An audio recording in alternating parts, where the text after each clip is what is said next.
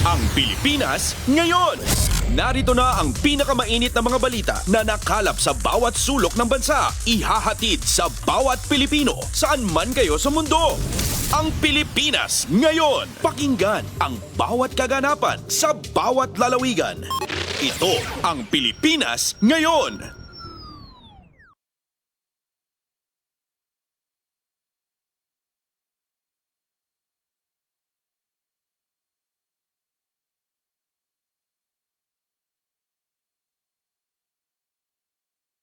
Ang Pilipinas ngayon. Narito na ang pinakamainit na mga balita na nakalap sa bawat sulok ng bansa. Ihahatid sa bawat Pilipino saan man kayo sa mundo. Ang Pilipinas ngayon. Pakinggan ang bawat kaganapan sa bawat lalawigan. Ito ang Pilipinas ngayon. Magandang araw po sa ating mga tagapakinig. Welcome po ulit sa ating programang Ang Pilipinas Ngayon. Ito po ang inyong lingkod, Steph Vicente. Samahan niyo po ako sa kabuuan ng ating palatuntunan. Tulad ng dati, mapakikinggan po ang ulat ng ating mga kapatid na himpilan sa probinsya, ang ating mga segmentong balitang negosyo at kalakalan, balitang sports at balitang artista, maging ang ilan sa mga pangunahing balita mula dito sa ating bansa. Yan po sa kabuuan ng ating palatuntunan, ang Pilipinas ngayon. Mga kaganapan sa Kamaynilaan at mga kalapit na lalawigan dito sa Ang Pilipinas Ngayon. Sa mahalagang balita, mga sangkot sa maanumalyang flood control projects, tiniyak ni Pangulong Ferdinand R. Marcos Jr. na makukulong. Ang detalye ng balita ihahatid sa atin ni Alvin Baltazar. Tiniyak ni Pangulong Ferdinand R. Marcos Jr. na may makukulong ng mga individual na sangkot sa flood control anomaly bago ang araw ng Pasko.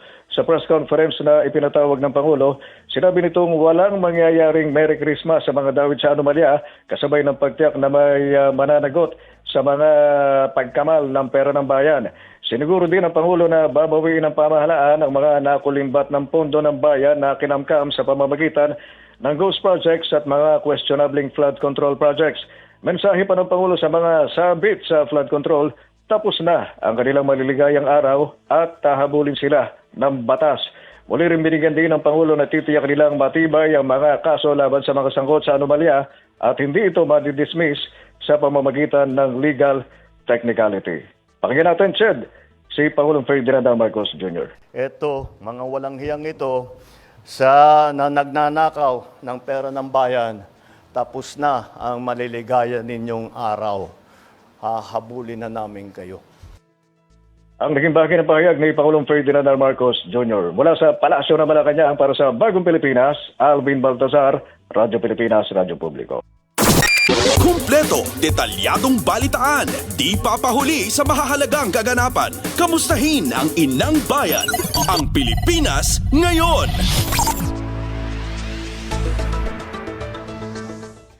At bago tayo magpatuloy sa ating balitaan, ay syempre ay tayo'y kukumustahin pa rin natin ang mga lugar na sinalaman noon, kumbaga ay hinagupitan ng bagyong Uwan.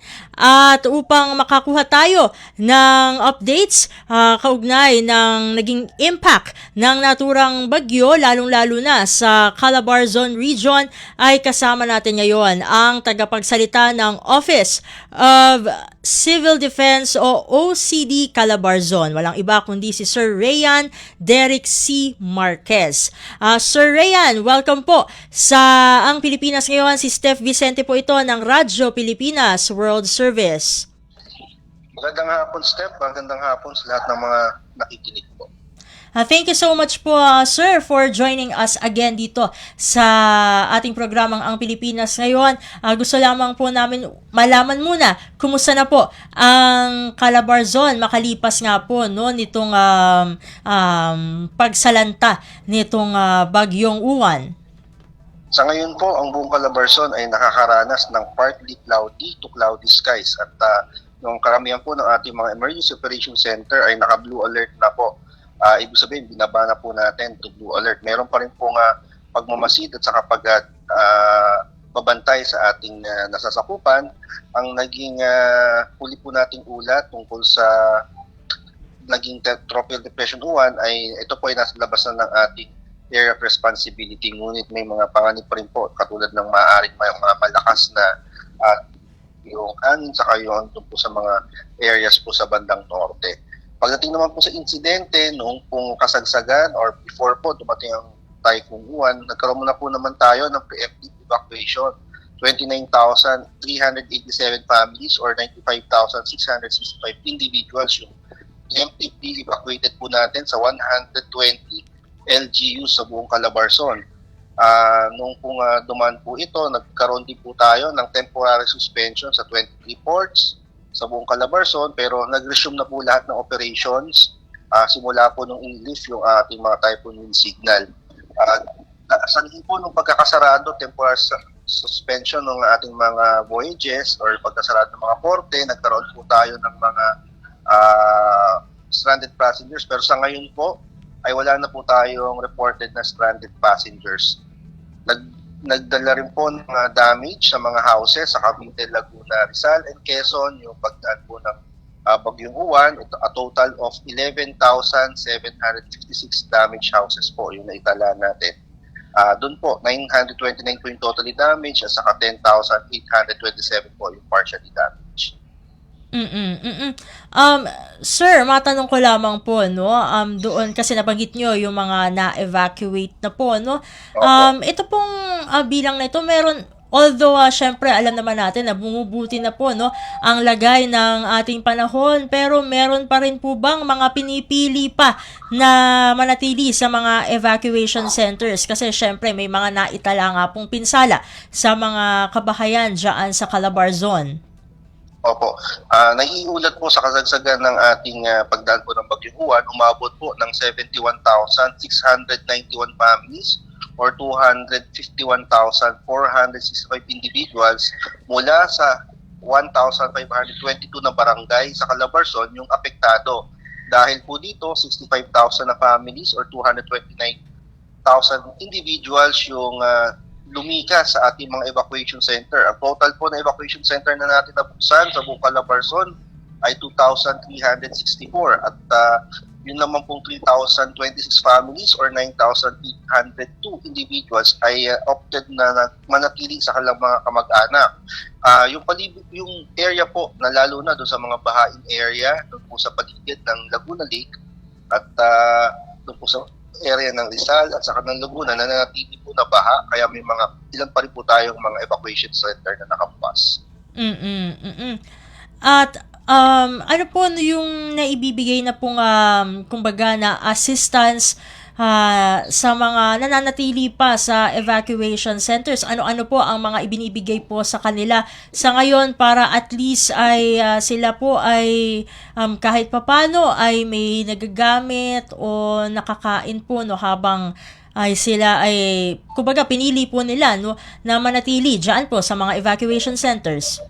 Opo. Ang pangangalaga po ng ating mga evacuees ay nasa mga local government units.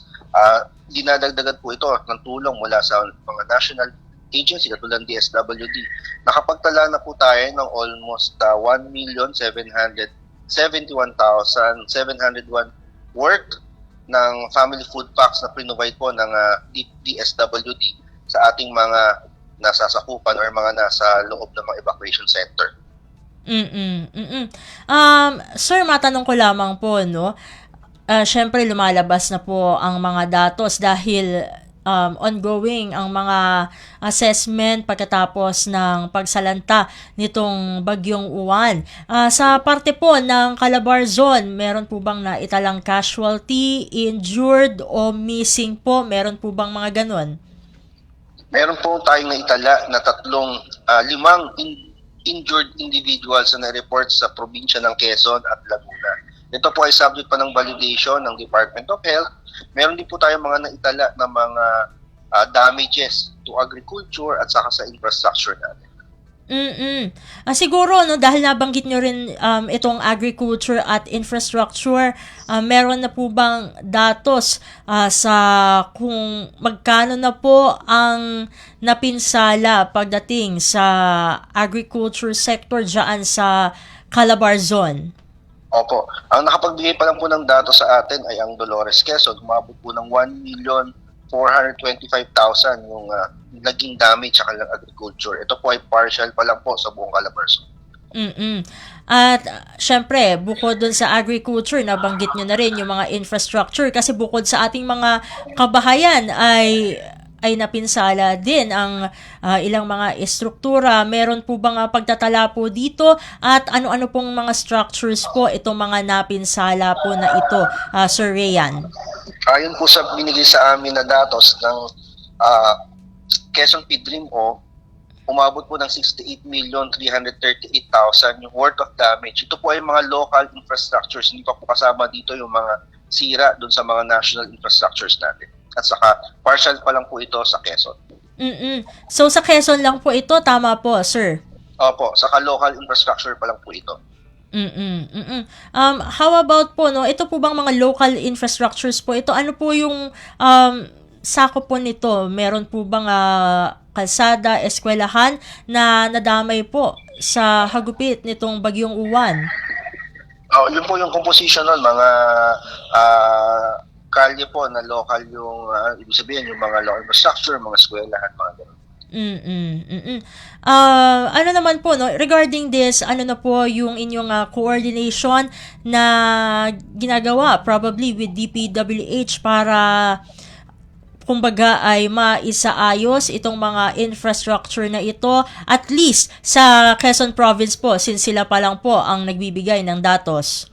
Opo. Sa ngayon po, tuloy po yung ating coordination with the Department of DPWH para maisaayos po yung mga kalye at saka yung mga bridges. Ang primary concern po natin ay madaanan na yung mga sirang infrastruktura at saka kung meron mang kailangang clearing operations, ito po ay mapaayos agad upang madaanan at saka yung masigurado natin na tuloy-tuloy po yung daloy ng mga trapiko pagdadaan po dito. Saka yung mga areas naman po ng baha, masiguro natin kung paano maibsan yung mga pagbaha. So, nakapagtala po ng pagbaha po dyan sa Calabarzon at saan-saan po ito, no, na nangyari? Opo. Sa datos po namin ay nagkaroon tayo ng halos ilang munisipyo na binaha. Ang total po natin na apektado doon sa pagbaha ay almost ito po, base sa ating datos, umabot po tayo ng 52 roads po yung apektado at 14 bridges yung binaha all over Calabarzon, and 50 na po dito yung passable. Ibig sabihin, 2 na lang po yung nanatili na hindi madaanan, at doon naman po 6 po yung national road na damage nung tropical cyclone. Nanatili naman pong maayos yung ating mga dam, katulad ng ating Caldieraya Dam. So, ibig sabihin ay, kumbaga, marami na rin ang nag-subside. Ito naman po, no, sir, kasi syempre napag-uusapan din, no, kahit sa mga interview din, no, sa ibang mga PDRMO, sa ibang mga OCD regional offices. Ito po, no, kumusta naman po yung, naapektuhan po ba nitong panalalasa ng Bagyong Uwan ang power supply at linya ng komunikasyon dyan po sa Calabarzon, at kung meron man pong cases na ganun, ay meron po bang mga wala pa ring kuryente o wala pa ring signals? Sa buong Calabarzon po, a total of around 102 cities and municipalities na naka-experience ng power interruption. At 54 na po dito yung fully restored. Pagdating naman po sa supply ng tubig, 18 municipalities or cities across yung sa buong Calabarzon naka-experience ng interruption, 14 na po dito yung na-restore. Wala naman po tayong nag-ulat na network interruption ngayong panahon na to. Nung kasagsagan, merong mga intermittent, pero sa ngayon po ay na-restore na po lahat. Pagdating naman po sa network ng telekomunikasyon. At bukod po, no, dun sa mga nabanggit kanina. Sir, kumusta na po siguro yung syempre ongoing pa rin, no, yung recovery efforts ng recovery efforts po natin para siguro, ayun, medyo naputol ang ating communication. Hold on lang at tatawagan natin si Sir Rayan ulit kasi mahalaga ito para syempre mapanatag din, no, ang loob ng ating mga nakikinig sa atin na OFWs. Ayun, naputol po tayo, Sir Rayan. Ang tanong ko po, bale, bukod sa mga nabanggit nyo na po kanina, kumusta pa po, no, ang coordination ng OCD Calabarzon sa mga national government agencies, sa mga uniform personnel, paano po nila kayo natutulungan sa inyong region para makabangon po yung mga kababayan natin na nandyan? Sa ngayon po, tulong-tulong. Kasi nagkaroon din po tayo ng mga insidente ng pagbaha sa buong Calabarzon. So tulong-tulong po yung mga pagbagsak ng mga puno, meron po tayong mga insidenteng gano'n, meron pa tayong maritime incident, saka yung mga flooding incident. So tulong-tulong po mula clearing operation hanggang dun sa ngayon po, kinakalap natin yung mga informasyon tungkol dun sa mga nasalanta, tungkol sa mga sira na bahay, at the same time yung mga, so sa ngayon po, hanggat makuha po muna natin yung datos, damage report, maikalap po natin yung mga nasalanta at the same time. Ngayon po, ang ano natin is yung matulungan natin maibalik yung mga dating, i-restore po natin yung kuryente, yung tubig, yun naman po yung ating pinagkakaroon ng coordination with our agency. Sa ngayon po ay patuloy yung ating pagkuha, pagkalap at pakipag-coordinate sa kanila. Lalo yung reporting kasi mahalaga po na ma-update natin yung mga report na at the same time malaman natin kung ano pa yung mga kalsada na hanggang ngayon ay lubog at saka yung mga local government units na meron pa rin pong nananatili na mga nasa evacuation center kung sila po ay maayos yung kanilang kalagayan sa ngayon. Ngayon po, once na nakuha natin yung ating mga magkaroon po tayo ng plano para magkaroon ng rehabilitation and recovery plan at the same time yung mabigyan sila ng tulong upang maibalik yung kanilang mga dating nasira o nasalanta ng mga tahanan. At matanong ko na lang din po, no, Sir, base po sa inyong mga nababalitaan, ano-ano pa po yung mga idinudulog ng mga evacuees, kahit mismo ng mga local government units na pangangailangan pa ng ating mga kababayan dyan sa Calabarzon na makatutulong para kahit paano ay makarecover sila agad mula sa epekto o impact nitong bagyong Uwan?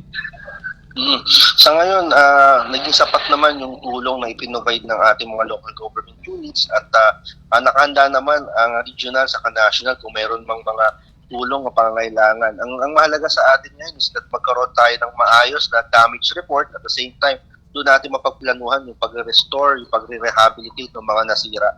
At syempre, yung mabigyan natin ng ayuda, yung mga nasiraan ng bahay at the same time, masigurado natin na pagkatapos nito, magsimula na yung recovery efforts natin. Sir, hindi ko na masyadong kukunin, no, ang inyong oras dahil syempre tuloy-tuloy pa rin po ang mga hakbang ng OCD Calabarzon para matulungan ang ating mga kababayan na naapektuhan itong bagyong Uwan.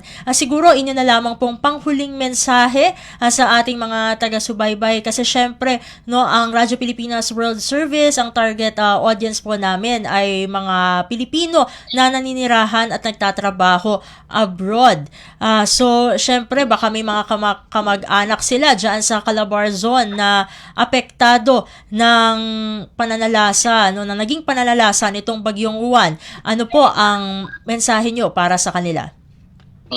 Naging maayos naman po yung ginawa nating preemptive evacuation dahil po doon tayo po ay nagdala ng 0 na deaths at 0 po yung ating mga missing, although meron po tayong mga insidente ng injury. Ito naman po ay ginagawa natin ng tulong mula sa Department of Health para sila ay mapangalagaan. Sa pangkalahatan po ay nagkaroon po tayo ng mga minimal damage sa ating mga infrastruktura at saka ang mahalaga po talagang nagawa natin ay yung 0 casualty tayo. Ibig sabihin, nakapag-save po tayo ng lives dahil sa effort natin na ginawa. Patuloy po ang ating gobyerno para pagbutihin po yung ginagawa natin ng mga efforts na ganito para maibsan or ma-prevent po yung mga malalaking damage sa buhay, kabuhayan ng ating mga kababayan. So ayun po yung ating main ngayon, para sigurado natin na maayos yung manage ng mga gantong disaster. And we hope na sa mga susunod po, kung alam naman natin yung kalagayan natin sa Pilipinas na maraming tayong pinagdadaan na bagyo at saka yung mga ibang sakuna, na makipagtulungan po talaga yung ating mga local government units, yung ating mga kababayan, para masigurado na yung efforts ng ating gobyerno ay tutugon po dun sa pangangailangan, lalo na maisalba natin sa sakuna yung ating mga kababayan. Nandito naman po ang Office of Civil Defense Calabarzon, ang Regional Disaster Risk Reduction Management Calabarzon, para tumugon sa mga pangangailangan ng ating mga nasakupan, lalo na sa mga pag-augment at saka pag-support, pag-assist sa ating mga local government units at saka sa ating mga kababayan. And with that po, maraming salamat po, sir, sa pagsama niyo po dito sa programang Ang Pilipinas Ngayon. Sa ulitin po, God bless po and stay safe po sa inyong lahat na nandyan po sa Calabarzon. Maraming salamat po.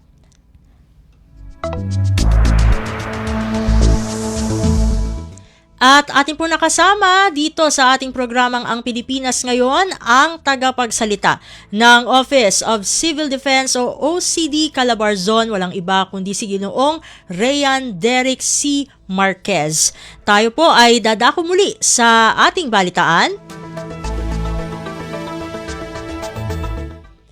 Mga donasyon para sa mga nasalanta ng bagyo, ligtas sa Kaagapay Portal. Ang kabuang ulat ihahatid sa atin ni Mary Ann Bastasa. Siniguro ni DSWD Secretary Rex Gatchalian na ligtas ang pagbigay ng donasyon sa mga biktima ng bagyo sa pamamagitan ng Kaagapay Donations Portal ng ahensya. Ayon sa kalihim, maaasahan ang naturang online platform dahil mas mapapadali nito ang pagbibigay ng donasyon sa mga apektadong pamilya at maiiwasan pa ang scam. Dagdag pa nito, hindi direktang tumatanggap ng pera ang DSWD kundi nagsisilbi lamang tulay ang portal para sa mga lehitimong LGUs at mga accredited na non-government organizations na siyang tumutugon sa panahon ng kalamidad. Ibig sabihin, sa tulong ng portal siguradong mapupunta sa tamang benepisyaryo ang kanilang tulong. May opsyon din ang portal para sa anonymous o yung ayaw magbigay ng kanilang pagkakakilanlan. Maaaring magbigay ng cash donation sa pamagitan ng GCash, Paymaya o Landbank at maaari itong gawin sa Kaagapay Donations Portal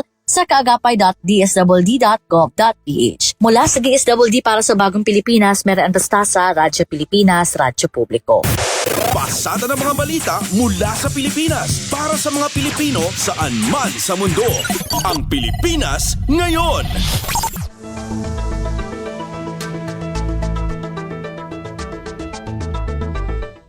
Sa iba pang mga balita, iginiit ng Department of Agriculture o DA na malaking tulong ang dala ng pagdedeklara ni Pangulong Ferdinand R. Marcos Jr. ng State of National Calamity para sa procurement process sa ilalim ng Quick Response Fund.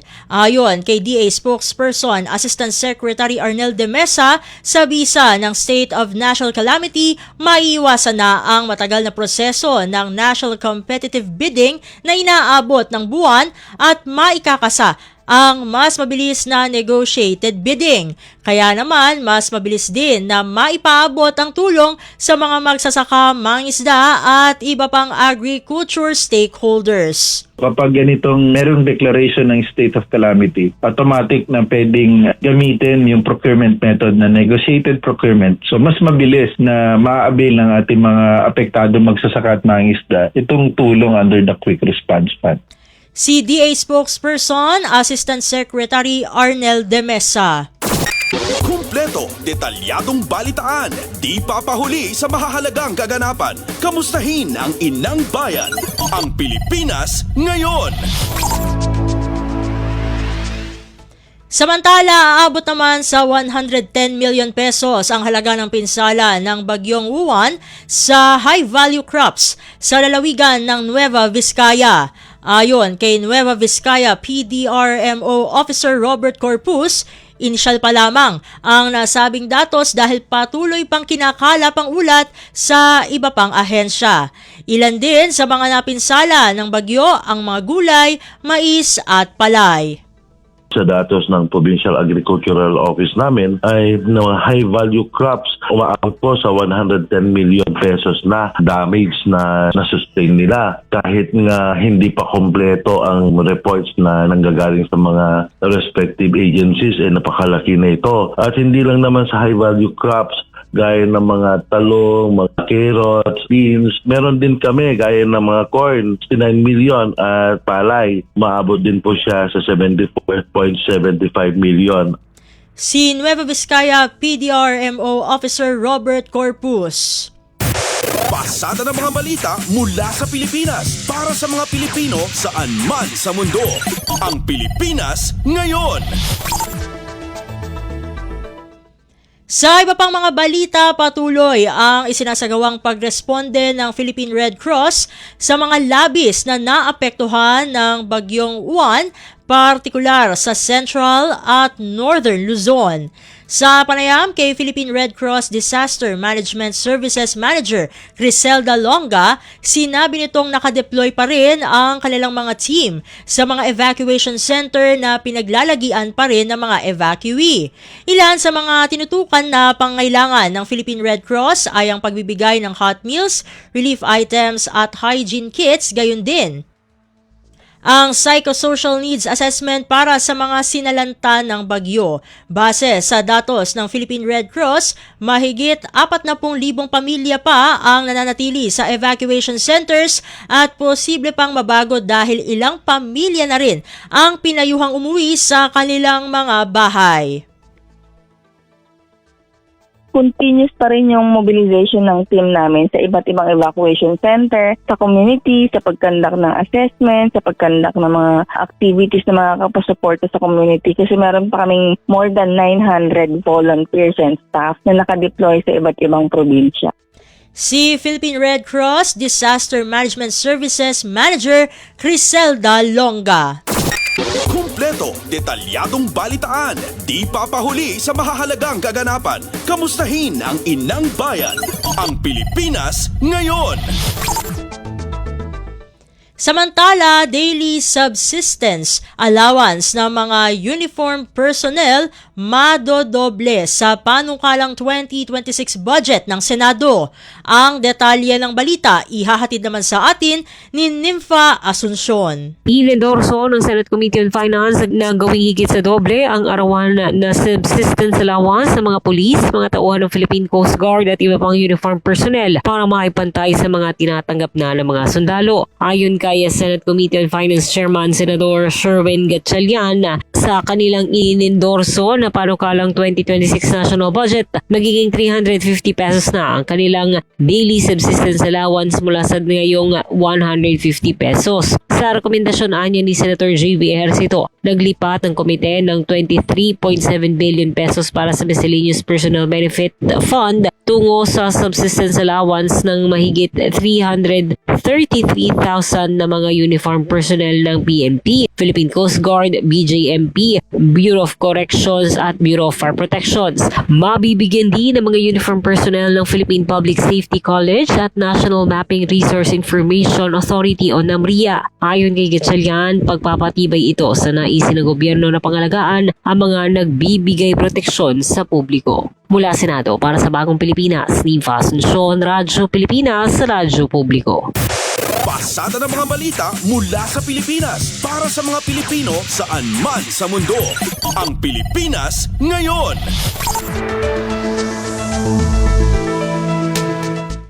Sa iba pang mga balita, patuloy namang lumalakas ang relasyon ng Pilipinas at Jordan. Ito ang sinabi ni Philippine Ambassador to Jordan Wilfredo Santos sa panayam sa Radyo Pilipinas World Service. Mas marami na kasi ngayon aniya ang high-level visits at kolaborasyon sa pribadong sektor at ekonomiya ng kapwa bansa. So our relations basically are evolving and are being strengthened. There is more engagement through high-level visits.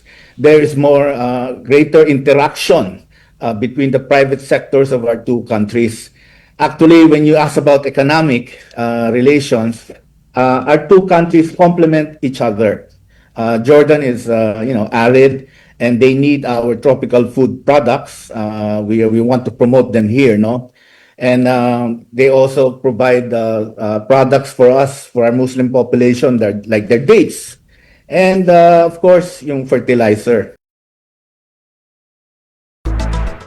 Dagdag ni Ambassador Santos, marami ring ugnayan ang Pilipinas at Jordan sa larangan ng kultura. Sa kauna-unahang pagkakataon, ani Ambassador Santos, nakihilahok kamakailan ng Pilipinas sa Jordan Festival for Culture and Arts at Jordanian International Food Festival. Itinatag din ng embahada ang Kalinangan Amman na binubuo ng miyembro ng Filipino community sa Jordan. Pangunahing layunin ng organisasyon na ipakilala at isulong ang kulturang Pinoy sa abroad. Kumpleto, detalyadong balitaan, di papahuli sa mahahalagang kaganapan. Kamustahin ang inang bayan, ang Pilipinas ngayon. Sa iba pang mga ulat, 21 mga overseas Filipino workers o OFWs ang nasa pangalaga ngayon ng Embahada ng Pilipinas sa Jordan. Sa panayam sa Radyo Pilipinas World Service, sinabi ni Migrant Workers Office Jordan Labor Attaché Army Evangel Peña na kasalukuyan pang dinidinig ang kaso ng mga ito. Kasalukuyan po meron tayong 21 na pinangangalagaan dito sa ating office at kasalukuyan na dinidinig ang kanilang mga problema. Meron tayong 2 in-house lawyers po dito, isang lawyer galing po sa ating attached agency na OWA na nakikipag-ugnayan sa ating mga foreign recruitment agencies. Makikipagtulungan po sila para madinig po itong mga kaso. Nakatutok na ang MWO sa pagbibigay ng legal assistance sa OFWs na nasa shelter ng embahada. Ayon kay Peña, hinihintay na lamang ang pagsasaayos ng kaso ng mga ito upang makauwi na sa Pilipinas. Samantala, 23 Pinoy ang kasalukuyang nasa 2 piitan o correctional facility sa Jordan. Tiniyak ni Peña na tinutulungan na rin ito ng embahada sa pamamagitan ng Assistance to Nationals o ATN. At nagbigay din po tayo ayon sa direktiba po ni Secretary Hans Kakdak, na-aprubahan po at on the spot po, ibigyan po natin ng tig 50,000 sa ating pera or $850 or 600 Jordanian dinar po dito. At talagang tuwang-tuwa sila dahil kahit papaano, kahit nakakulong po sila, ay na-empower po sila, no? Dahil naibili nila ng call cards or mga chichirya, yung mga gusto po nilang na binibili na wala po doon sa loob ng piitan or hindi namin maibigay dahil bawal po dalhin sa loob ng kulungan. So kahit pa paano naibsan ang kanilang nararamdaman at na-empower sila sa munting financial assistance. At nagbigay din po ang ating welfare officer ng mga care kits and tuwang-tuwa po sila na binisita po natin. For Attaché Army Evangel Peña. Pasada ng mga balita mula sa Pilipinas para sa mga Pilipino saan man sa mundo. Ang Pilipinas ngayon. Samantala, hindi lamang sa mga OFW naghahatid ng tulong ang Embahada ng Pilipinas sa Jordan. Sa panayam sa Radyo Pilipinas World Service, ibinahagi ni Philippine Embassy in Amman Assistance to Nationals o ATN Officer and Attaché Charis Malabanan na mayroon din silang mga turistang Pinoy na tinutulungan na biktima ng scam. Dito sa Jordan, Ms. Steph, may mga na-encounter tayo na mga tourist na nagkakaproblema. Like early this year, meron tayong na-assist na I think nagkaroon ng parang na-scam siya or something. So, in-assist natin siya ng Philippine Embassy. Sinundo natin siya mula sa hotel hanggang sa makauwi siya sa Philippines.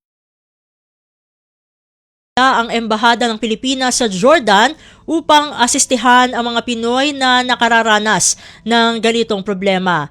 Nabanggit ni Malabanan na katuwang ng Embahada ang Filipino community sa Jordan para sa pagmomonitor ng mga concerns na ito. Mapaturista man, foreign exchange student o OFW resident sa Jordan, ani Malabanan, bukas ang Embahada para sa mga ito. Kumpleto, detalyadong balitaan, di papahuli sa mahahalagang kaganapan. Kamustahin ang inang bayan, ang Pilipinas ngayon. Sa iba pang mga ulat, muling nagbukas ang Overseas Workers Welfare Administration o OWA ng karagdagang mahigit 1,000 slots ng scholarships para sa mga anak ng mga Overseas Filipino Worker o OFW. Ito ang ibinahagi ni OWA Administrator PY Kaunan sa panayam sa Radyo Pilipinas World Service. Dalawang klase aniya ang scholarships na ito. Una, ang Education for Development Scholarship Program o EDSP at ikalawa, ang Congressional Migrant Workers Scholarship Program o CMWSP. Sa ilalim ng CMWSP, magkakaroon na rin ng scholarship ang mga aktibong OFW na miyembro ng OWA at nais muling mag-aral. I'm inviting everyone to go to scholarship.owa.gov.ph para doon na po kayo mag-apply at makakuha ng impormasyon. Pero pwede ko rin pong i-note na meron po tayong since 1995, no? Congressional Migrant Workers Scholarship Program. Ito po, mismong OFW po, pwede po mag-apply. Basta po hindi po higit sa 45 years old po. Opo, active OWA member. Pero alam niyo sir, itong Congressional Migrant Workers Scholarship Program, 1995 pa huling pinondohan to. Ito ang pinupush ko ngayon sir, na mapondohan next year. Kasi po sa tingin natin, bilang OWA administrator, dapat may scholarship din mismo para sa mga kababayan nating OFW na gusto pong bumalik para mag-college. Sulong ngayon ng OWA na mapondohan ang CMWSP upang lalo pang dumami ang mabebenepisyohan nito. Ni Kaunan, alinsunod pa rin ang hakbang na ito sa direktiba ni Pangulong Ferdinand R. Marcos Jr. na tutukan ang pagbibigay ng serbisyo sa edukasyon at kalusugan. Una nang namigay ng libreng serbisyo medikal at gamot ang OWA sa pamagitan ng alagang OWA Botika. Pasada ng mga balita mula sa Pilipinas para sa mga Pilipino saan man sa mundo. Ang Pilipinas ngayon. At yan ang mga maiinit na kaganapan para sa araw na ito. Samantala, ating antabayanan ang mga ulat mula sa ating mga kapatid na himpilan sa probinsya para sa regional news sa pagbabalik ng Ang Pilipinas ngayon makalipas lamang po ang ilang mga paalala. Magandang araw, si Dingdong Dantes po ito. Dahil taon-taon tayong binibisita ng bagyo, kailangang handa tayong harapin ito. Naalala ko si Mami, meron siyang isang envelope kung saan nakatago ang mga importanteng dokumento para madaling kunin at dalhin kapag may bagyo. Ang misis ko naman, may nakahanda palaging emergency go bag na may lamang damit, gamot, pagkain, tubig at pera na kasya hanggang 3 araw sakaling kailanganin namin pumunta sa evacuation center. At syempre, ang toka ko, bago pa dumating ang bagyo, sinisilip ko na kung may mga butas ba yung bubong o ang ibang parte ng bahay na kailangang i-repair. Nakamonitor din ako sa updates ng Pag-asa tungkol sa bagyo. May kanya-kanyang responsibilidad sa bahay para sure na ligtas ang buhay. Dahil, #panatag ang may alam. Maging panatag Pilipinas.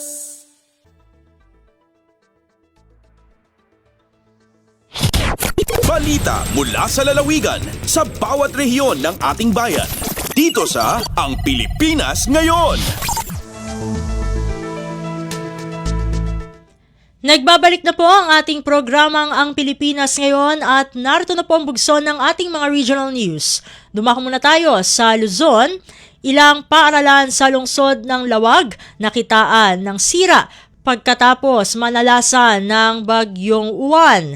Ang kabuang ulat ihahatid sa atin ni Jude Pitpitan mula sa Lawag.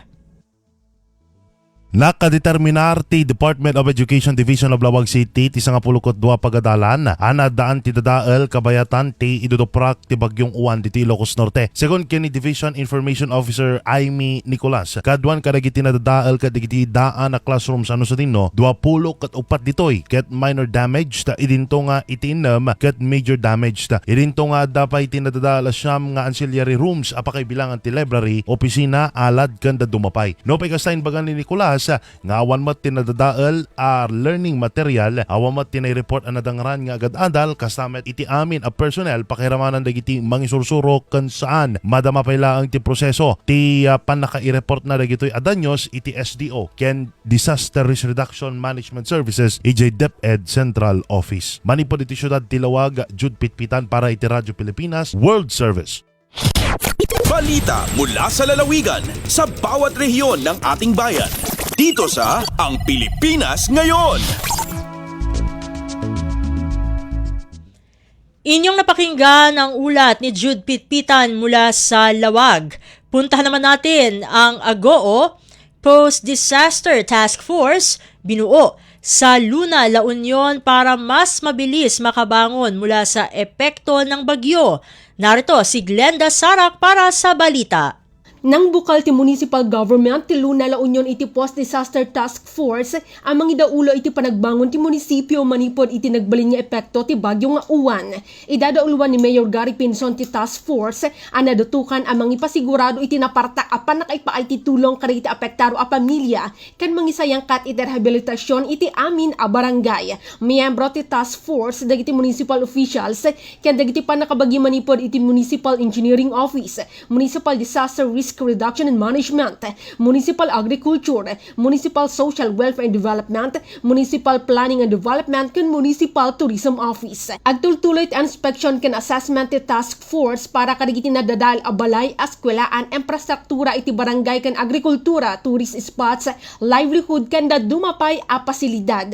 Binilin ti Mayor ti Municipal Budget and Accounting Office amang sapol iti alokasyon iti pondo ang maaramat iti naparpartak a panagbangon manipod iti didigra. Manipod AGOO, La Union, Glenda Bakungan Sarak para iti Radyo Pilipinas World Service. Balita mula sa lalawigan sa bawat rehiyon ng ating bayan. Dito sa Ang Pilipinas Ngayon.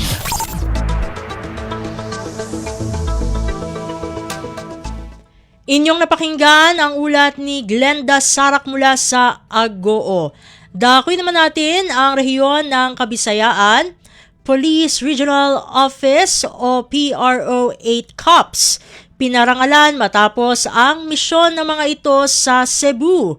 Ang detalye ng balita ihahatid naman sa atin ni Daisy Belizar mula sa Borongan. Mapasok nga ginpasidunggan na kang properto kang Leon Palo Leyte ang 74 nga tauhan ng Police Regional Office 8 matapos ang malangpusan nga disaster response ng recovery operation sa Cebu nga nahagupit ang Bagyo Tino. Ang mga polis inigindeploy sa Cebu como suporta Pro 7 base makabuli nga rehabilitasyon ng pagbalikan normalan kinabuhi mga residente. Haira misyon nagdumarihin mga road clearing operation, repacking and distribution in relief goods, ngan pagpasilitar hin libre nga wifi signal ngan charging station. Daka nga bulig ang mga lugar nga napiktuhanin kawari kuryente ngan komunikasyon.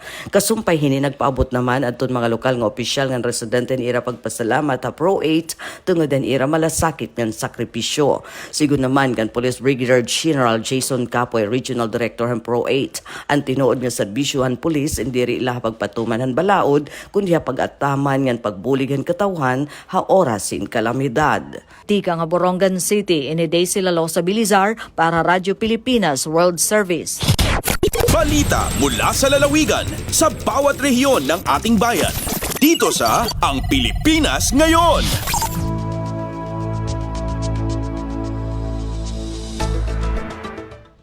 Inyong napakinggan ang ulat ni Daisy Belizar mula sa Borongan. Dumako naman tayo sa Mindanao. Clenro, Cagayan de Oro, nag-install ng Environmental Beta Attenuation Mass Portable Beta Gauge o EBAM Plus sa City Hall. Ang kabuang ulat ihahatid sa atin ni Romy Kapinpuyan mula sa Cagayan de Oro. Isip kabahin sa paningkamot sa syudad nga masiguro nga limpyo nga kalidad sa hangin, nagpahimutang og Environmental Beta Attenuation Mass Portable Beta Gauge ang buhatan sa City Local Environment and Natural Resources Office. Ang EBAM Plus usa ka air monitoring device nga magsukod sa particulate matter levels o ang gamay nga particle sa hangin, abog, uling o aso. Kini naglakip usab sa PM10 o mas dako sa inhalable particles o PM2.5 nga mga particles nga musunop sa baga. Kung taas ang level niini, mahimo kining makaapekto sa respiratory health, allergies ug makahatag usab sa dakong kadaot sa kasing-kasing ug baga. Subay niini, malaumon ang Clenro nga pinaagi nini nga teknolohiya makakuha og saktong air quality data ang syudad, igon man usab makahatag kining saktong pagpasabot sa katawan ug makatabang usab sa paningkamot nga makabaton og limpyo ug luwas nga hangin, alayon usab sa kasalugan sa Clean Air Month subay sa Republic Act No. 8749 or Philippine Clean Air Act of 1999. Mula sa Cagayan de Oro, Romy Kapinpuyan para sa Radyo Pilipinas World Service. Balita mula sa lalawigan sa bawat rehiyon ng ating bayan. Dito sa Ang Pilipinas Ngayon.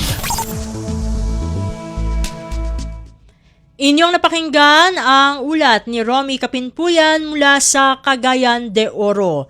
Puntahan naman natin ang Zamboanga Department of Science and Technology o DOST Science Education Institute Region 9 nagsagawa ng 2 araw na information caravan sa mga piling National High School sa lungsod ng Zamboanga. Narito si Justin Bulanon para sa balita. Conducidos dia Information Caravan al Department of Science and Technology Science Education Institute o DOST ASEI Region 9 na mag-escohido eskwela sekundarya na siyudad de Zamboanga. Incluido na mag-eskwela sekundarya onde conduci al mencionado caravan, El Talisayan, Ayala, Sinunok, Southcom, Don Pablo Lorenzo, Kulianan, Kabaluay, Manikaan, Sangali, Ibungyao National High School. Objeto de la actividad que informa y comunica el 2026 DOST ASEI Undergraduate Scholarship Application na mag-mencionado eskwela. Distribuhi el ahensya mga scholarship brochure y promotional posters para dali saber na mga estudyante con el scholarship program del DOST. Recibe también el mga estudyante scholarship unit calling cards sa na ahensya para dirigir durante el proceso del aplicación. Además, abierto hasta ahora el aplicación del scholarship program y invita el DOST ASEI manrehistro na www.science-scholarship.ph para tiene sila oportunidad kada uno del mga science and technology o SNT scholars de la ahensya. Desde aquí en Ciudad de Zamboanga, esta si Justin Bulanon para Radyo Pilipinas World Service. Balita mula sa lalawigan sa bawat rehiyon ng ating bayan. Dito sa Ang Pilipinas Ngayon. Inyong napakinggan ang ulat ni Justin Bulanon mula sa Zamboanga. Dakoy naman natin ang Butuan. PMO Agusan pinarangalan ng Special Citation sa 2025 DAP Productivity Challenge.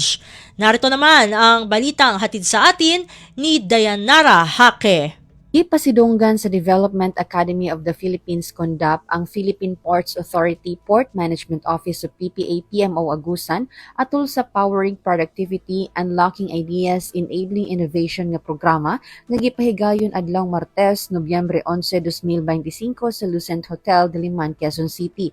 Agig tubag sa panawagan sa DAP alang sa paperless productivity, ang PMO Agusan nga gipanguluhan sa Port Services Division misumiter og entry nga giuluhan og paper-free coffee. Ang titulo inspired sa mga pagtuon nga nagpakita nga ang kape nagdugang sa pagkaalerto og konsentrasyon, hinungdan nga ang mga tig-inom sa kape mas paspas nga makompleto ang mga buluhaton. Ang laing pagtuon nagpasiugda nga ang usa ka paper-free workplace dili lamang makabenepisyo sa kalikupan o sa ekonomiya apan makapamenos usab sa kalat og mga kapiligruhan sa trabaho. Pinaagi sa paper-free coffee, ang PMO Agusan nakatala og kapin sa 230 33,000 kapanid sa papel nga natigom kada tuig, diin resulta usab kini sa paggamit sa digital platform sama sa Microsoft Office 365, Viber, Messenger ug uban pa. Kini nga inisyatibo may resulta sa mahinungdanon nga pagtipig sa operasyon, mas hapsay nga mga dagan sa komunikasyon ug usa ka mas produktibo nga palibot sa trabaho. Gikan sa Radyo Pilipinas Butuan, Diana Rahake para sa Radyo Pilipinas World Service. Balita mula sa lalawigan sa bawat rehiyon ng ating bayan. Dito sa Ang Pilipinas Ngayon. Inyong napakinggan ang ulat ni Dayanara Hake mula sa Butuan. Dito na nagtatapos ang ating bugso ng Regional News. Dadako na tayo sa ating mga segmento. Sa pagbabalik ng Ang Pilipinas Ngayon, amin pong ihahatid sa inyo ang segmentong Balitang Negosyo at Kalakalan sa pamagitan ng ating kasamang si Bea Gaza de Guzman. Makalipas lamang po ang ilang mga paalala. Mas pinadali na ang government transactions sa tulong ng eGovPH Super App. Pwedeng-pwede mo nang magawa ang lahat ng ito. I-download ang eGov app sa iyong smartphone o tablet mula sa App Store o Google Play Store. Pagkatapos, ilagay ang iyong mobile number at i-authenticate gamit ang one-time PIN o OTP para marehistro ang iyong account. Saka ilagay ang iyong mga pangunahing impormasyon at kumpletuhin ang facial recognition technology para sa verifikasyon ng iyong pagkakakilanlan. Para sa mas mabilis at mas maayos na serbisyong panggobyerno, gamitin na ang eGovPH Super App.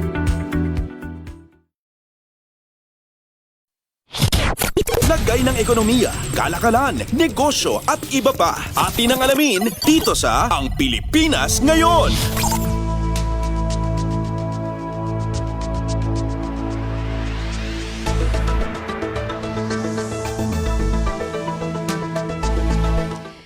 Magandang araw, narito ang ating balitang negosyo at kalakalan.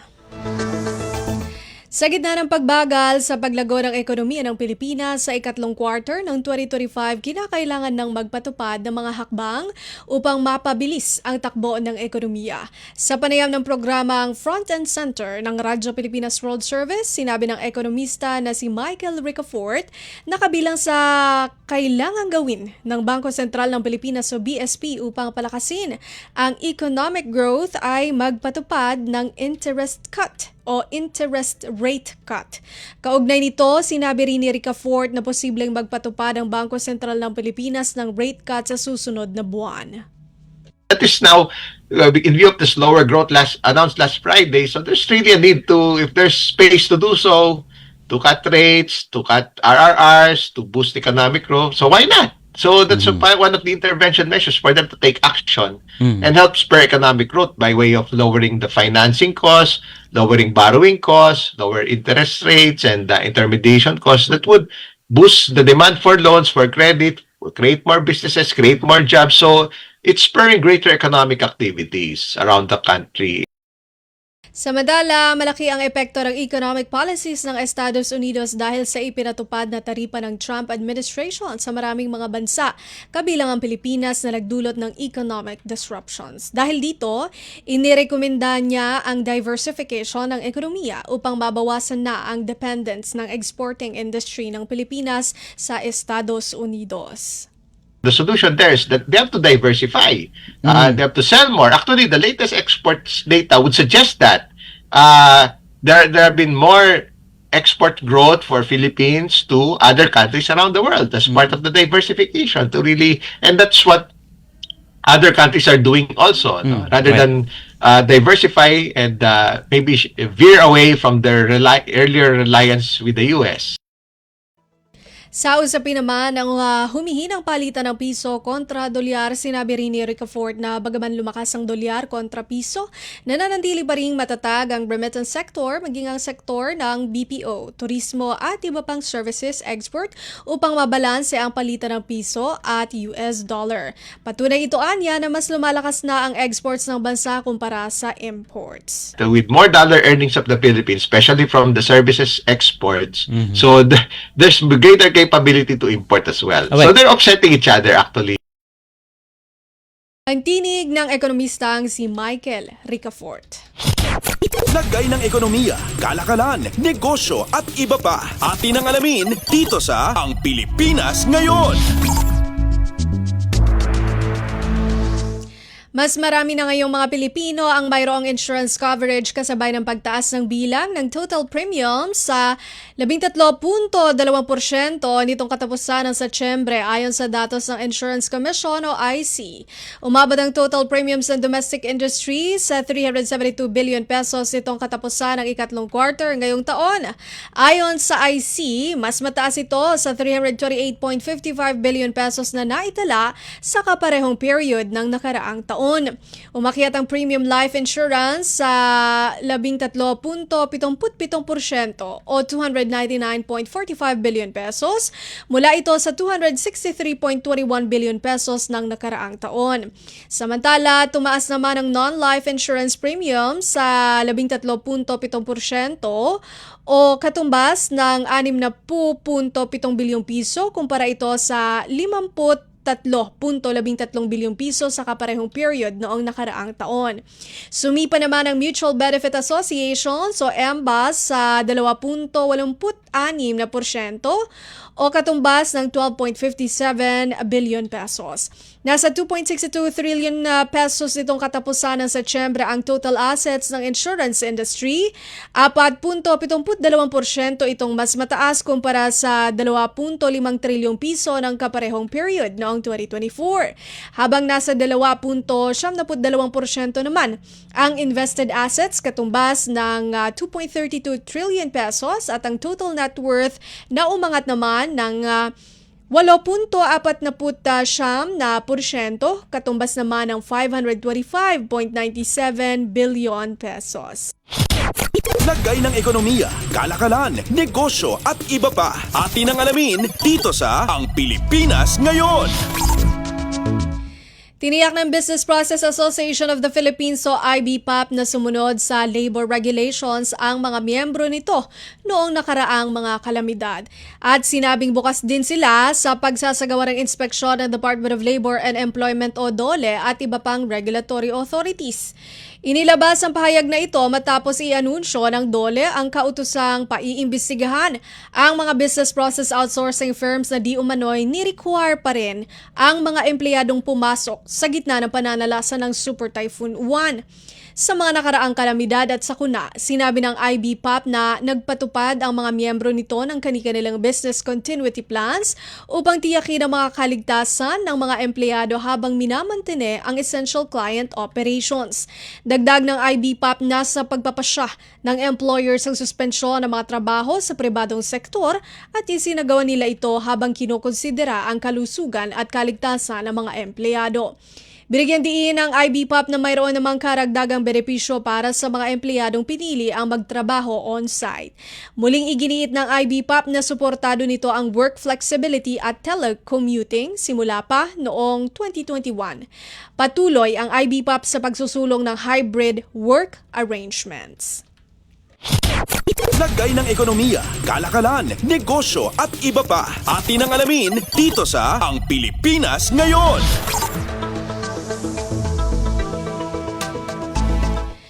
Sinabi ni LTFRB Chairperson Attorney Vigor Mendoza II na inatasan na ang mga concerned government agencies na magbalangkas ng posisyon ng LTFRB sa fair hike petitions ng transport groups at sa resulta ng public consultation singgil dito.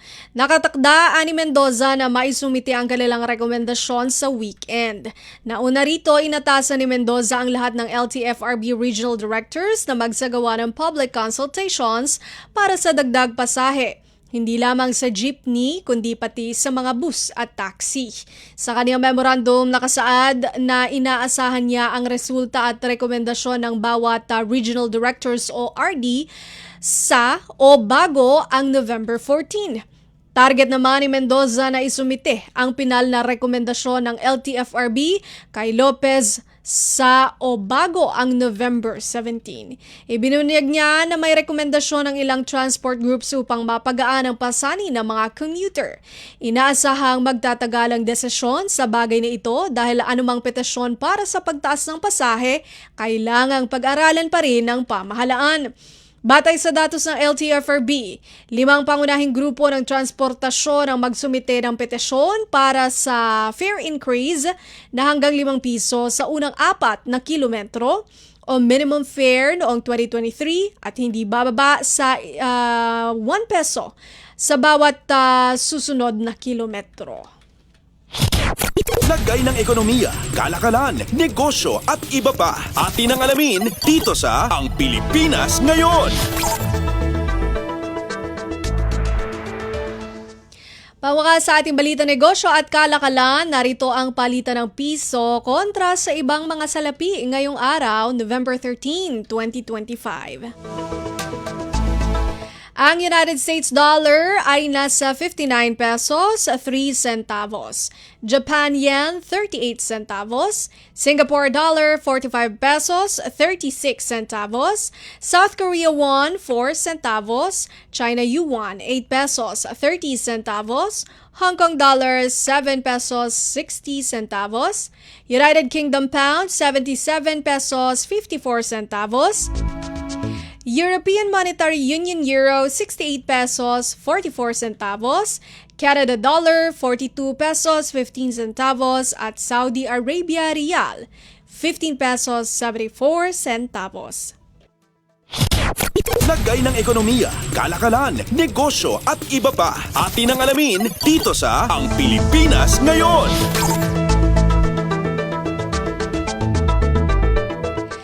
At yan ang ating balitang negosyo at kalakalan. Ito po si Bea Gaza de Guzman para sa Radyo Pilipinas World Service. Samantala, ang tabayanan po sa pagbabalik po ng Ang Pilipinas Ngayon, ang balitang pampalakasan hatid po ni Leo Magpayo sa pagbabalik po iyan ng Ang Pilipinas Ngayon. Magandang araw, si Dingdong Dantes po ito. Tuwing tag-ulan, kalaban ng mga commuters ang baha. Hassle kasi, papasok ka pa lang sa opisina, basang-basa ka na. At kung pauwi naman, hirap na nga pumara ng sasakyan, minsan stranded pa. Ano bang buhay to? Kaya naman, simple reminders lang mga kababayang commuters. Una, makibalita sa Pag-asa kung babahain ang lugar na dadaanan mo. Pwedeng sa TV, radyo o social media. Pangalawa, magbaon ng payong at kapote. Make sure din na fully charged ang phone mo para makapag-update ka kay crush kung nasaan ka na. And lastly, kung hindi naman mahalagang lakad o malapit sa bahaing lugar ang pupuntahan, stay at home na lang muna. Cuddle weather din naman kasi. Kaya ingat-ingat sa baha mga kababayan dahil #panatag ang may alam. Maging panatag Pilipinas. Updates at pinakahuling mga usapin sa mundo ng palakasan. Atin ang pakinggan dito sa Ang Pilipinas Ngayon.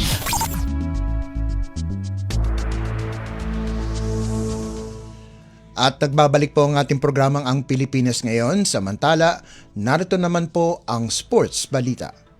Walang inaksayang panahon ang San Miguel Beer sa kanilang panalo kontra Titan Ultra 158-117 sa PBA Philippine Cup nitong Miyerkules na ginanap sa Inares Center sa Montalban, Rizal.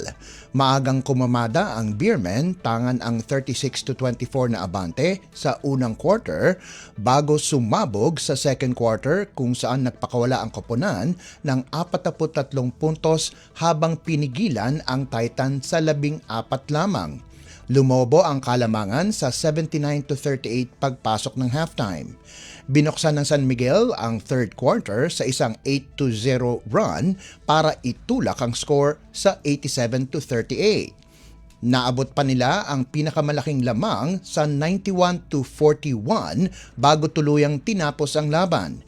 Pinangunahan ni CJ Perez ang Beermen sa kanyang 26 na puntos kabilang ang 3-3 sa ikalawang yugto.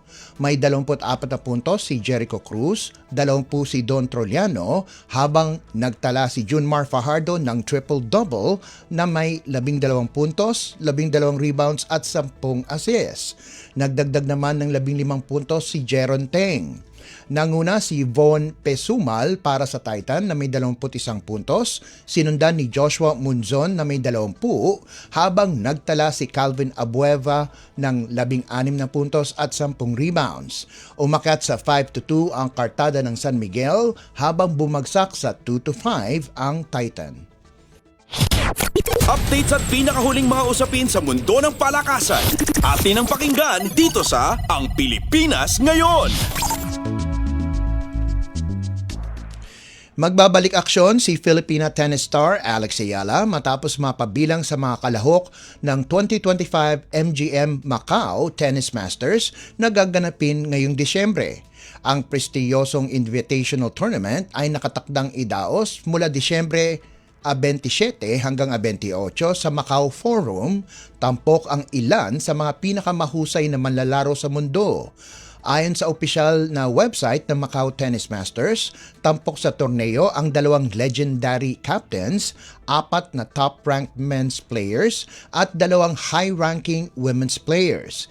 Kasama ni world number 50 Ayala sa lineup sina dating Grand Slam champions Na Li ng China at Conchita Martinez ng Spain, gayon din si world number 9 Mira Andreeva.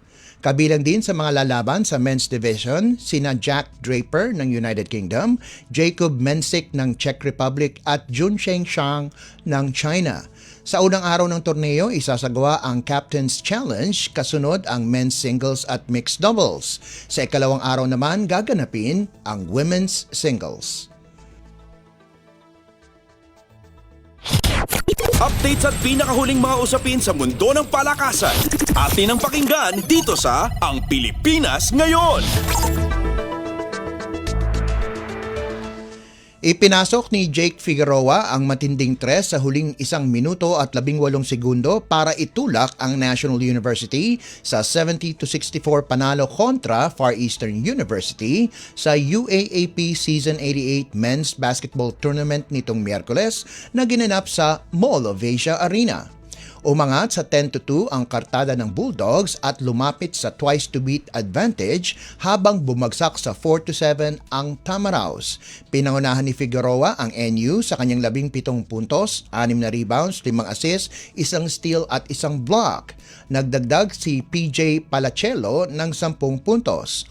Bumida si John Ray Pasaol para sa FEU na may 15 puntos, 8 assists, 5 rebounds, 2 steals at 1 block.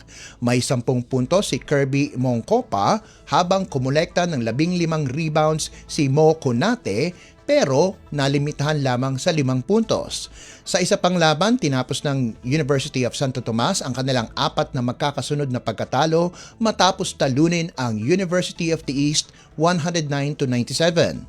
Mula simula hanggang dulo ay hawak ng Growling Tigers ang kalamangan, dahilan upang umangat sila sa 6-5 na kartada habang nananatiling walang panalo ang Red Warriors sa 0-12.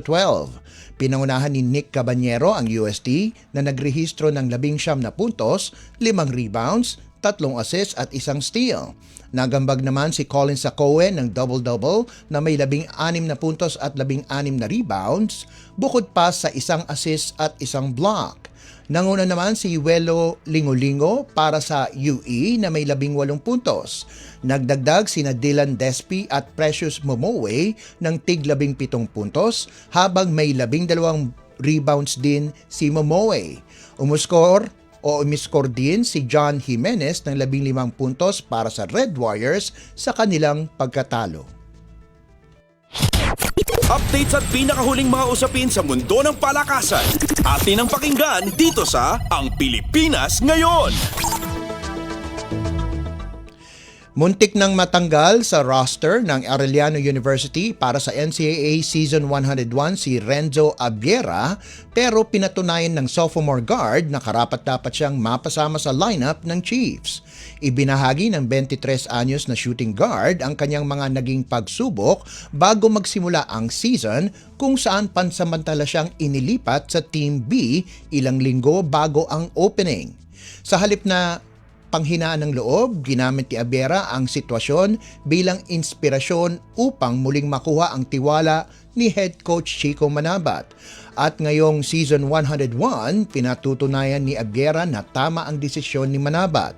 Mula sa dating average na 5.47 points at 1.53 rebounds, umangat ang kanyang stats sa 13.1 points at 2.7 rebounds kada laro, isang malaking tulong sa pangunahing scorer ng koponan na si T-Mac Ongotan na may average na 15.33 points at 5.33 rebounds.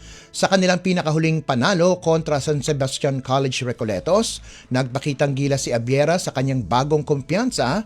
Nagtala ito ng 20 puntos kabilang ang dalawang mahalagang 3-pointer sa huling bahagi ng ika-4 na quarter. Ang kanyang clutch performance kasama ang liderato ni Ongotan ang nagtulak sa Chiefs sa 78-71 panalo laban sa dating mainit na Stags at nag-angat sa kanilang record sa 4-6 sa Group A.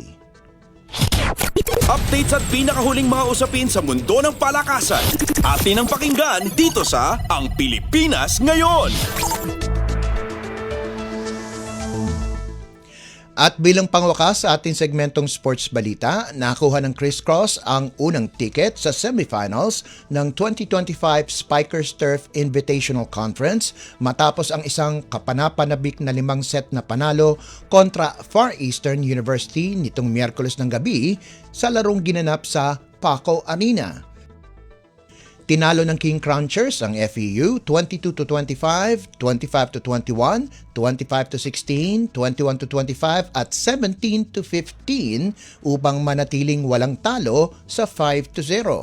Pinangunahan ni three-time most valuable player Jude Garcia ang opensa kontra sa kanyang alma mater na may 24 na puntos mula sa 21 atake, 2 block, isang service ace, kasama pa ang siyam na excellent digs.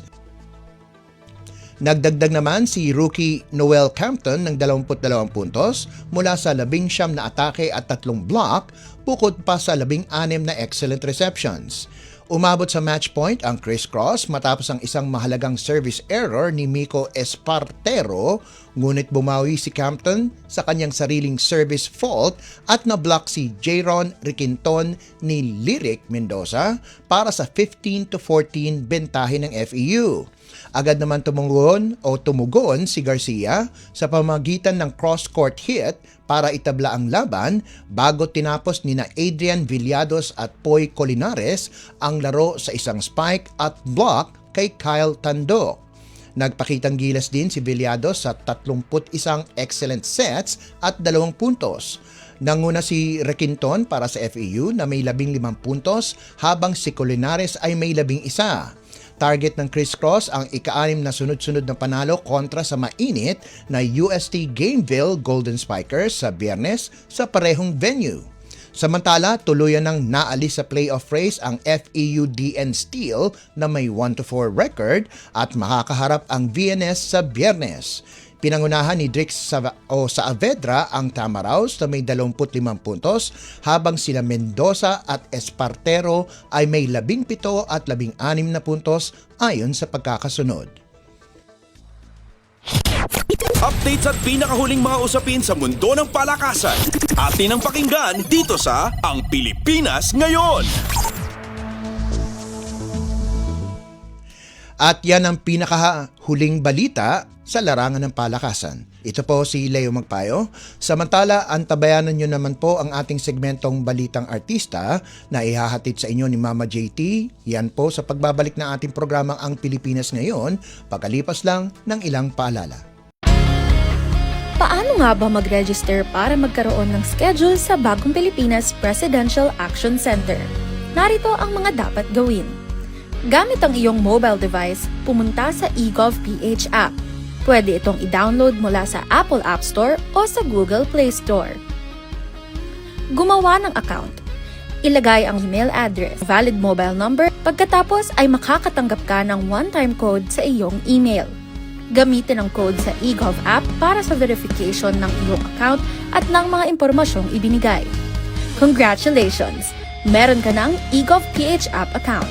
Pwede mo na ma-access ang iba't ibang serbisyo ng gobyerno kabilang ang mga serbisyo sa Bagong Pilipinas Presidential Action Center. Ang latest, ang hottest sa showbiz and entertainment. Heto na sa Ang Pilipinas Ngayon. Nagbabalik po ang ating programang Ang Pilipinas Ngayon at halu magandang araw sa ating mga chismoso at chismosang nag-aabang ng mga trending na balita sa mundo ng showbiz. Ito na ang ratsyada ng ating mga chika.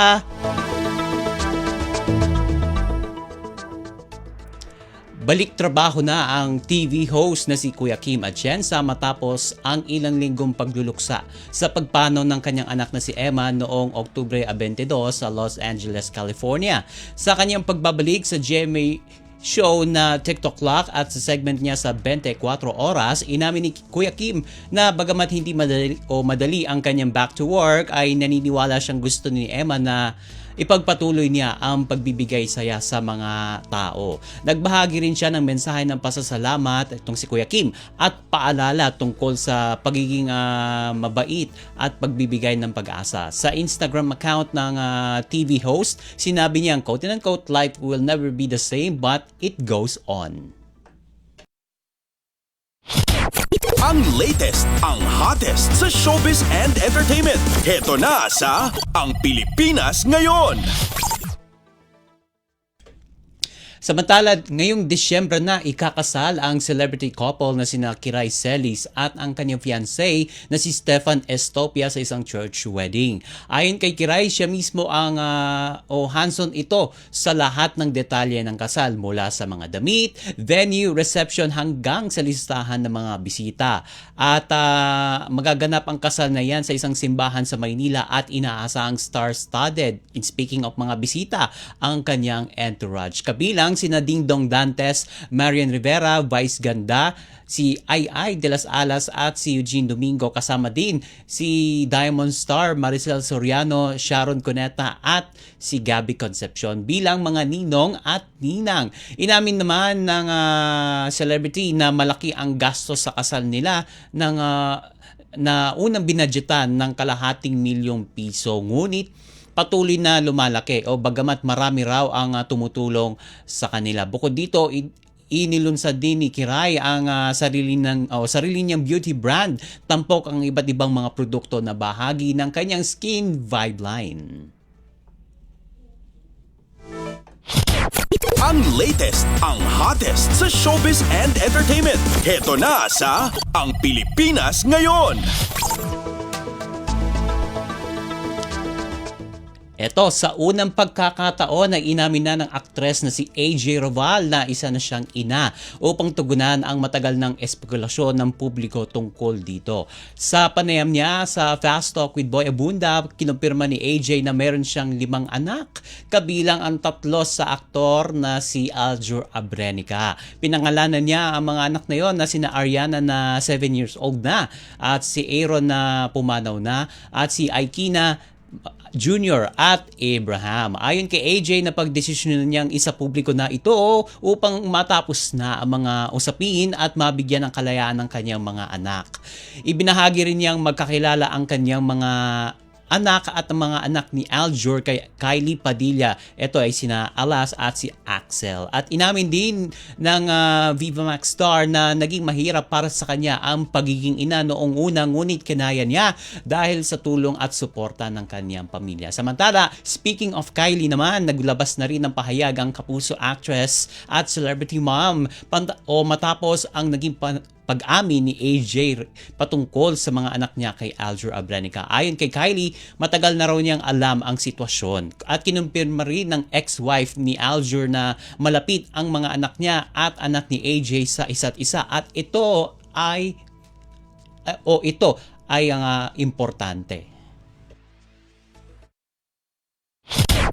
Ang latest, ang hottest sa showbiz and entertainment. Heto na sa Ang Pilipinas Ngayon.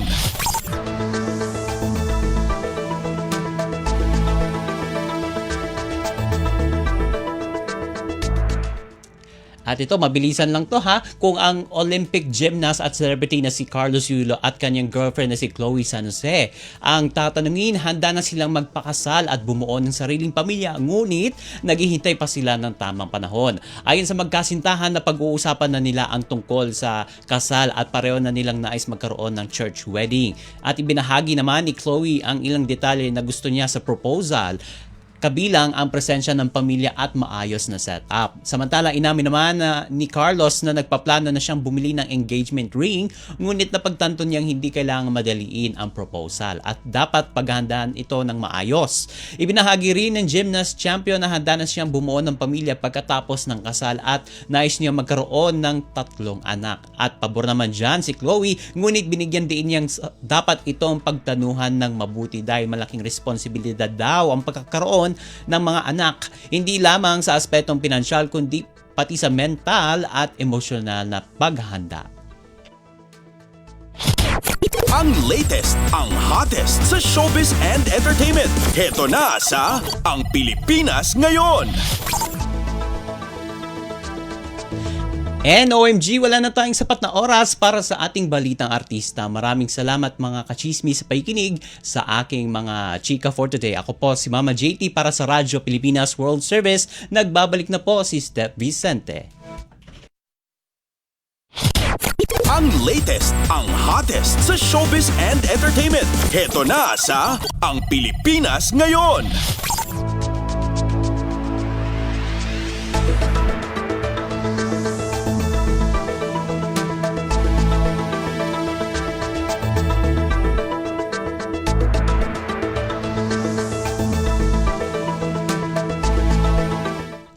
At inyo pong napakinggan ang ating segmentong Balitang Artista.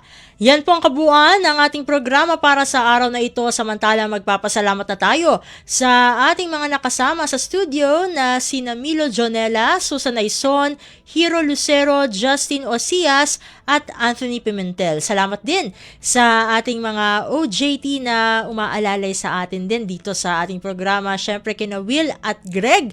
Pinasasalamatan din natin ang ating executive producer para sa araw na ito na si Jerome Toledo. Salamat din sa mga naghatid ng mga ulat mula sa Kamaynilaan at mga probinsya.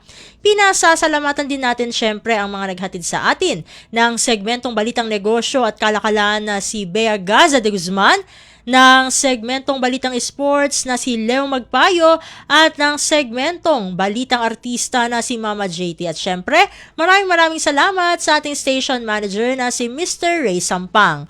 Maraming salamat po hanggang sa susunod na edisyon ng ating palatuntunan. Huwag kalimutang mag-like, mag-follow at mag-subscribe na sa mga social media account, page o channel ng Radyo Pilipinas World Service upang maging laging updated sa mga mahahalagang balita. Ito pong muli ang inyong lingkod, Steph Vicente, at mabuhay po tayong mga Pilipino. At yan ang Pilipinas Ngayon. Muling samahan sa parehong oras at alamin ang pinakahuling mga kaganapan at balita saan man kayo naroon. Ang Pilipinas Ngayon.